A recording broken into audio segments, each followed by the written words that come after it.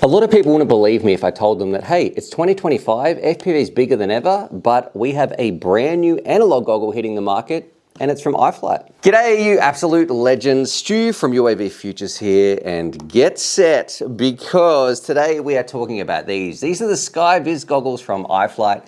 And it is not every day that we get a premium pair of goggles entering the FPV space, and an analog pair at that. So in this video, we're gonna break it down. I'm gonna go through all the text and the specs, the design choices that this goggle has done. We're gonna go out to the field. I'm gonna fly it around. I'm gonna show you my impressions, what they're like. I'm gonna show you some DVR. And then the big one, like there's some cool things that this goggle is doing, but there is some absolutely bizarre case choices that they've put in here that maybe you can watch it and you can explain to me, because everything that this goggle does right, it also has some absolutely crazy choices on the side. So if you want to know what goggle to get, make sure you're watching this video, because these, say it with me, they are $470 US for an analog first. So look, starting around the outside, I should say it's a fairly compact goggle. It feels about the same size as my DJIs right here, the Goggles 3. Let's throw them on the scales. I don't think they're terribly heavy. Let's tear this off right here. We are in grams. So like that, it is 310 grams. You'll notice this does have some inbuilt antennas. That could be a plus or a minus, depending on what sort of flying you want to do. I personally would like to be able to add my own antennas, but it does make it a little bit easier to just throw it in a backpack or anything like that. So you've got two of those. You can flip them up on the side. I believe I'm going to put all the stats on the screen as well. It's got like the fusion receivers in here. We have a record button, a back button, little 5-menu switch. We've got our on-off button underneath. You simply to turn this on. I don't really like this part where press it once and then you have to press and hold for 3 seconds, sort of like copying the DJI way of doing things. I'm not really a big fan of that. We have our little headphone jack. We've got our AV, HDMI in. We have our barrel port. Like, take a little look at that. What do you notice? Because that part's driving me a little bit crazy as well. And then of course, we've just got some focus adjustments right here, left and right, like IPDs. You can also move them in and out, all that sort of stuff. Now, what I will say, these screens in here, there are some big, bright, beautiful screens. It's got 44 degrees field of view. And also it has a 100 Hertz refresh rate. So they're 1080p screens in here. However, what I'll notice, and I'll put some pictures on the screen as well, I was getting a little bit of like light leakage. When you're looking at a really dark image with some bright text on it, maybe like a menu, it's sort of bleeding through or blooming through. I'm not too sure what the correct terminology is there. Then of course, we have our little SD card. And boy, do I have some stories to tell you about that. And then of course, it's just got like a built-in fan, because man, this thing does need it. These have to be the hottest goggles I have ever felt. Not in terms of on my face or sweating or anything like that. Maybe this is an early model, but I felt like these were going to catch on fire or something was going to start melting, and maybe something actually did. So make sure you're watching this. But yeah, on the face, I have to say as well, they've got a lot of foam padding. Let's click these up. You're going to see this when I'm flying around in just a minute. They're not your everyday sort of fitting goggle. They do take a little bit to get used to. And if we see any more reviews coming up on this, I want to let people know that for me, when I first put these on and I tried to focus them like I would my normal Sky Zones, which is sort of like a frontal looking straight ahead, it felt uncomfortable. However, I've found that if I sort of tilt them down a little bit and nestle my nose in there, I get a much clearer image and a much more comfortable thing as well. So that's just something to note. You do have a big battery strap on the back, which I think that's a bit of a plus as well. You get this battery connector right here. This is how you're going to power it. I like that this is included. We've got our little barrel plug, which we're going to plug in right here. And this is a really big plus that I don't think people appreciate.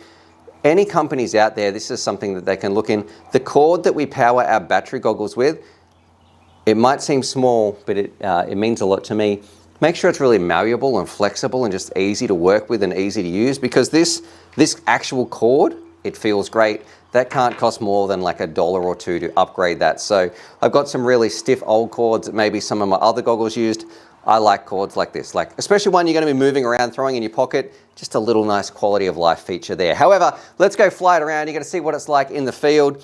And then the big one, we're going to come back here, and there is so many things that I need to let iFLIGHT know, and maybe I need to warn you guys about as well, because it's like everything that this might be doing right, there's some other very, very strange choices that you need to be aware of. So let's go fly it around and then come back to the studio and fill you in on that and my experiences about it in 3, 2, 1. Boop. Ready out here in the field. Let's do it with these Skyviz goggles from iFLIGHT. We're going to fly it around. We're going to show you some DVR, and we're going to find out what do they like to actually use in the field. How do they feel on your face?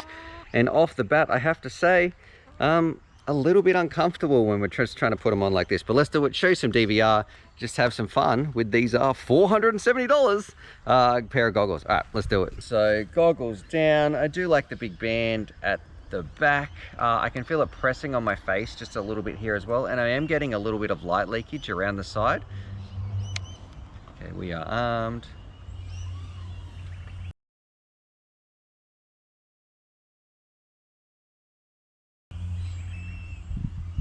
All right, so remember, the DVR you're not seeing on the screen is not the same as what I'm experiencing. Now the break up here, I have to say, is handled a little bit differently.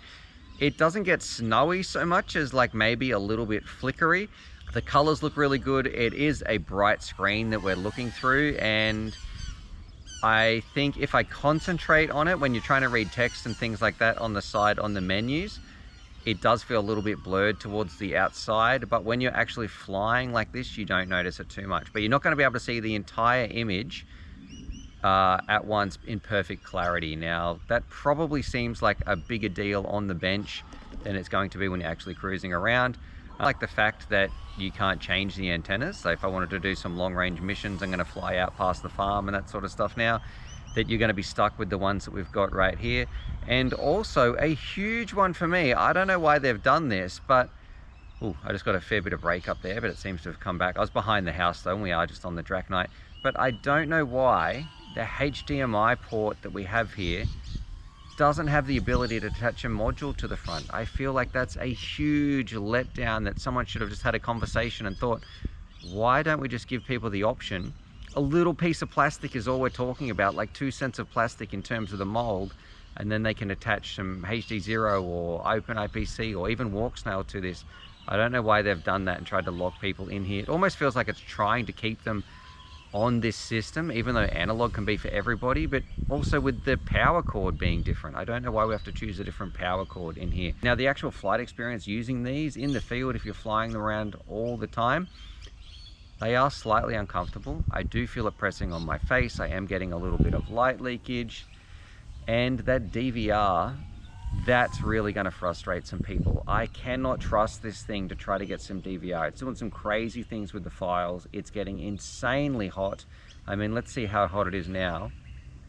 Now that the DVR is not actually recording, it's like a normal operating goggle, but if you are trying to record DVR in here, iFLIGHT, something is wrong, because I've tried to do this just a little bit before.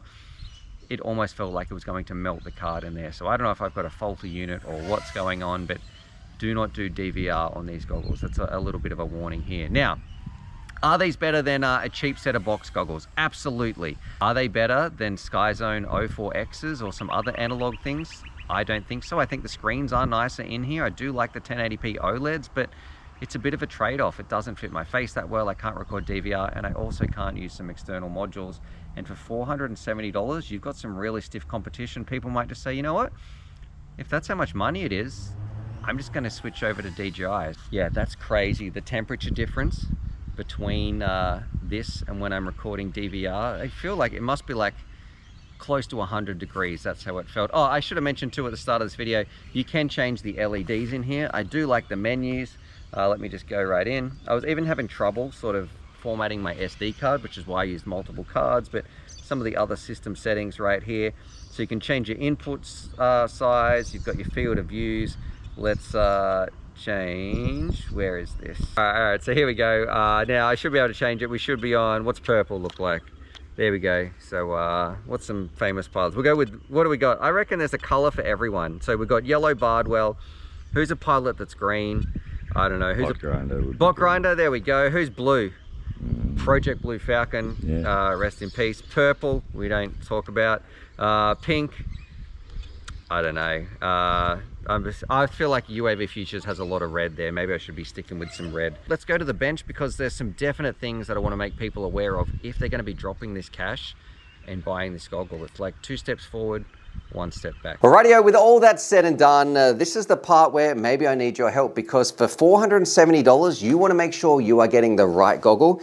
And for everything that this goggle does right with the Skyviz, it just seems like there's some other very strange, bizarre choices. And if you're going to be dropping that much cash, you might be saying, hey, well, if this is $470, why don't I just spend an extra like 20 bucks and get top of the line DJI? Or if you're in the analog market, is this any better than say the O4Xs and some other things? Right, the things I like about this goggle. Well, I feel like I like the band. That's a kind of not a great place to start. I did feel like the 100 Hertz refresh rate, that's gonna be really impressive for a lot of people. Like that 1080p OLED screens, a lot of people are going to like that. I like their compact size, and I probably think these antennas here are a midpoint for me. Most people for their flying are gonna be, it's gonna be acceptable quality. I would like to have the option to change it, but maybe if you're just going to the races and that's what you want to do, that's all you're going to ever use, then okay, you're not going to have an issue with it. I would like the chance to be able to swap that out. Underneath, I should say right here, the comfort, it didn't really fit my type of face. Like where if you have a round face like mine, a big buff head like myself, I was getting a lot of light leakage. It felt like it was pressing in on my nose, even after I tilted it down to try to get it to focus a little bit better. It just wasn't really doing it for me. Maybe if you've got a flatter face, it's going to suit you a little bit more. But for me, with my deeper set face, I didn't really find it getting too comfortable. And you need to make sure, like getting your pair of goggles comfortable is one of the first priorities that you should do. In terms of focusing on the screen, when I'm trying to look in here, these IPD adjustments, they just feel a little bit rough. I could never see the full, I guess, image inside. And wherever I looked, the outside looked a little bit blurry. I don't have that case with the Skyzone O4Xs. I don't have that with my DJIs. These ones, I wasn't having so much luck trying to focus it, even on the maximum distance and like spreading them around and all that sort of stuff. It just wasn't doing it for me. Now look, maybe that's just my bad luck here with this ugly mug, that didn't suit my face and sort of style of flying. However, there are some things that are gonna be annoying for a lot of people. Number one, I don't know what is going on with my DVR. When I'm flying around, it would just cut out all the time. I tried formatting a bunch of different SD cards in here. Recording the DVR on here was a nightmare, and that is why you saw such limited footage, because I think it is overheating. I have never seen a goggle get that hot before. When I popped the micro SD card out in here, it was like it was on fire. I even called out to my man, I was like, man, check this out. It felt like it was about to melt. And the actual goggles themselves, they feel like you've pulled them out of the oven or out of the microwave. And I can understand maybe some digital systems getting a little bit warmer. Like it felt like a VTX was in here just pumping away. I don't get any of those issues when I've got, say, my Skyzones or analog goggles in general. In the past, I've never gotten very warm. If we flip it over here, let's have a look at these interface options, and you tell me, am I the crazy one here? Because we've got our little barrel connector right here. However, it's this stupid plug. This is not the plug that 99.99% of our hobby users. I don't know why, where is it here? I don't know why iFLIGHT has gone with this connector. I mean, it's not gonna be a deal breaker, but it does frustrate me. I wish we could just use our standard barrel connector. I don't know why they've chosen this one. If you break this cord, it's going to be annoying. You're gonna have to go straight back to iFLIGHT. However, if you broke the cord that comes with the Skyzones, oh, guess what? They were the old Fat Sharks, like any sort of goggle that has an external battery connector used to fit this old barrel plug. For some reason, iFLIGHT's chosen to do that a little bit differently. Now the big one for me though, you'll notice we do have this little micro HDMI port, and you might be saying, Stuart, why didn't you check out some HDMI action? Why didn't you put some other parts in here? We're going to be doing that with a ground station, because what's the point of having HDMI in if I can't really use it when I'm out in the field flying around unless I bring my ground station? I want to put some things like I've got HD0 connected up directly to my Skyzones right here. A lot of people fly around with their walk snail units. These, I don't have any other different mounting options, so unless you're going to double side tape something, there is no way that, bear with me.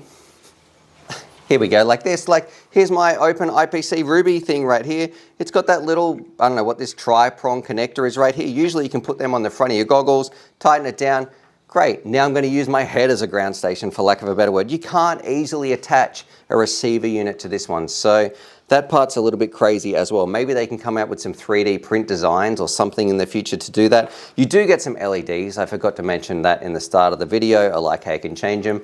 That's kind of cool. But the big one, like, you're paying $470 here for a pair of goggles that aren't comfortable on my face, They are mainly suited for analog. Yes, I did like the receivers that were in here, but I also can't adapt them and put some HDMI things. I can't put HD0, I can't put open IPC, I can't put walk snail on the front, which is going to be a big deal for a lot of people, especially when you're spending that much money. You might be like, you know what? I might just spend a little bit more and get a premium set like the DJI Goggles 3s. I have to say a couple of things to iFLIGHT right here, and maybe you've got some inspiring words down below. In no way do I want to say, hey guys, you've done a terrible job. It is really important that we have competition in the market. I like that they are bringing a goggle to us, our FPV pilots. We can actually choose. But please just change these things. Like this, I think would make that goggle a little bit better. Besides using the menus and the firmware issues and things overheating, a lot of those technical things, which might require a lot of work, number one for me, can we please just maybe change this barrel plug out if possible? And number two, a different shell on the front or a 3D print or something, please. So at least then if other pilots do want to use something else, they've got the options like just to easily mount that on the front. I know people can use double-sided tape. I know we can like strap it down if we wanted to, but when you've got a solution like the Sky Zones and it just simply mounts to it, and it is a tried and tested thing that all our other goggles are sort of used to, this is not really worth it in my books. Anyway, and if you had $500 tomorrow and you only wanted to fly analog, because look, this is an analog first goggle, would you get these or would you get something like the old Skyzone 04Xs? I'd love to know your thoughts in the comments down below. So anyway, go check it out. We will be doing some follow-ups with these. I'm going to be catching up with Stickman Steve, seeing what he thinks, because I'm not done with these goggles, but I do wish that they'd done a little bit more. All right, happy flying.